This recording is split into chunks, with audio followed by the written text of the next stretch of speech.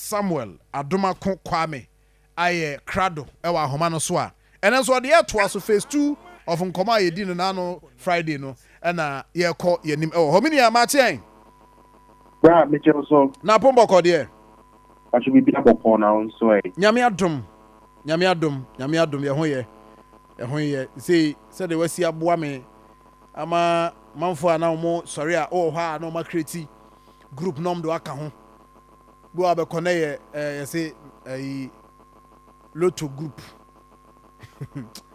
ebi omunya na ma free akra wonim they say tankrofo nyina na matimi a block wo mo say me new contactor just want to create group environment so if say na maye me de no ebre pamu no nkrofo bi ana me hwe a wo mo no menyi omu ni no me block omu nyina ma akoma say be ya want to create group bi environment ko kan.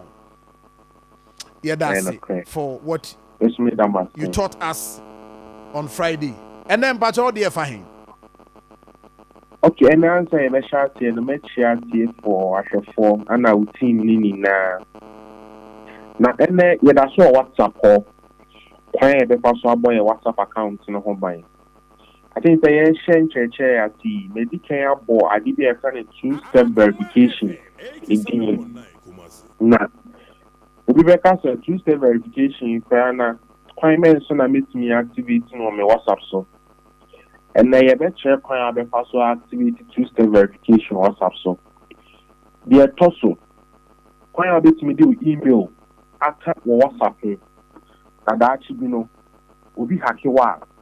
Wait me dina sa email no so add your account back. The account I thought that I want to say a day lock through your WhatsApp so send your bank or form car fire phone and then for fire phone or which media Apple your WhatsApp chat map will read the sensitive communication and incorporate it. Indeed, when your mommy and son of pay this year, the other time, if you would say Bian or she Bian and funny phone. Now on WhatsApp. Or WhatsApp or on settings. Group settings or who be your friend account. And the account, you know, who options back at the 2-step verification. 2-step verification.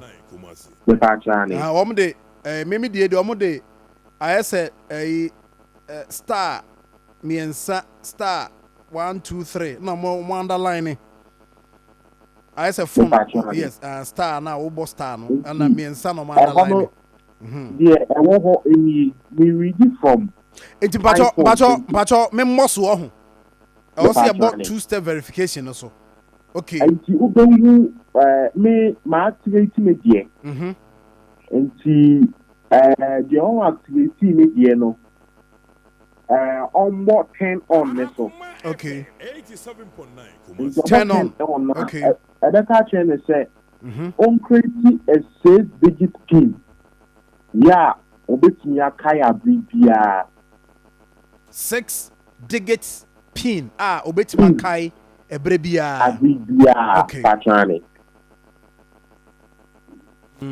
okay obi oti ana o hwe bia mbo ni 6-digit pin abribia no obetimi akai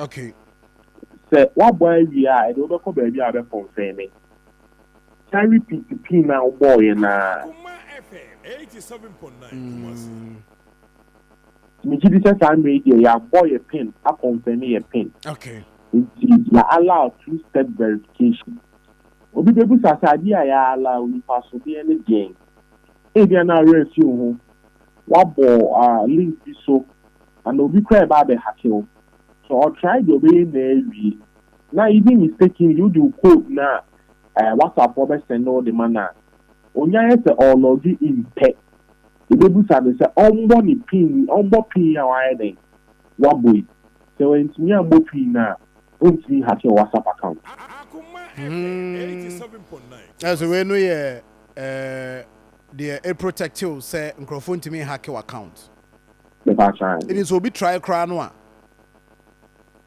So why the book pin ya? The books and say on pin in your day. Entry device man, all the answer. So when to me, and your day, and had to account. Oh, okay. Into that pin, Mr. Bibia, and yet, Obia, a sumatama, a bay on one corner. And my name not down to be check. Be cool and an a and an country maybe in your day. And check.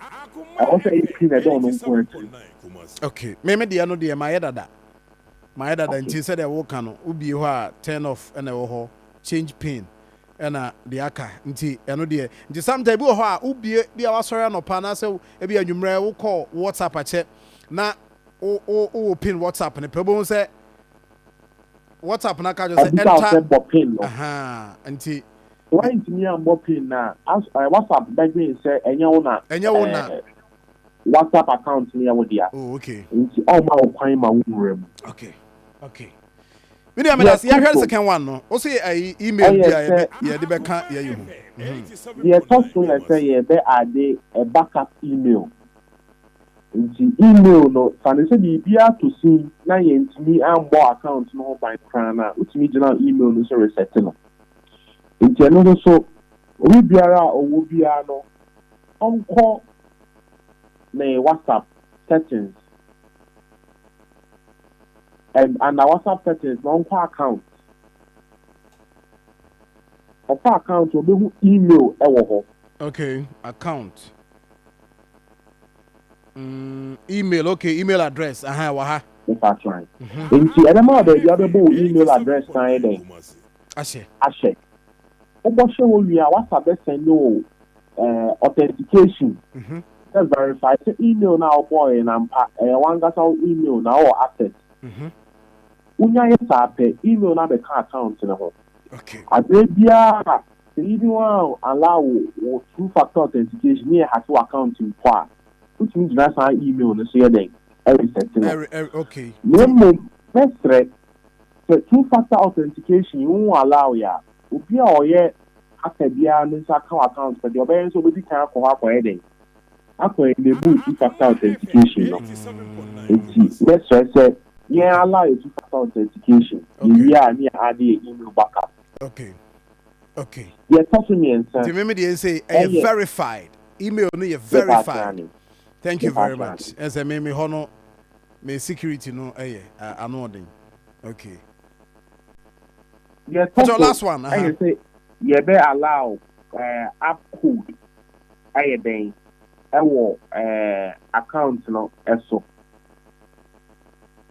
Inti eno so obi biara owo na bia enko ne WhatsApp Akoma FM 87.9 and WhatsApp. Okay, bacho enko. Okay. Inti and obi WhatsApp onko setting. Bacho ewo. Okay. Inti and settings no onko ne chat okay Bacho yo Bacho me wadama I say ezia me kakra wo me phone is because me can allow okay 87.9 Kumasi okay Say ni eni mi new kra na kra ye if I trying me nu ye ntu de we no said also allow ho no de na so pe ayifoforo na nyame admo chena na de ewura ho ohun if I chill nti ma yemfa wo ensi wa ha me nu na no podi amaye no entwibo si akone phones ye 3 nti wo ye we wie obusam se ba akono we me so onko Akoma FM ono TV ha ma so onko Akoma FM page no on sa enko bontie abusia sa videos we mu nyina no ye wi a ye TikTok account no ye Akoma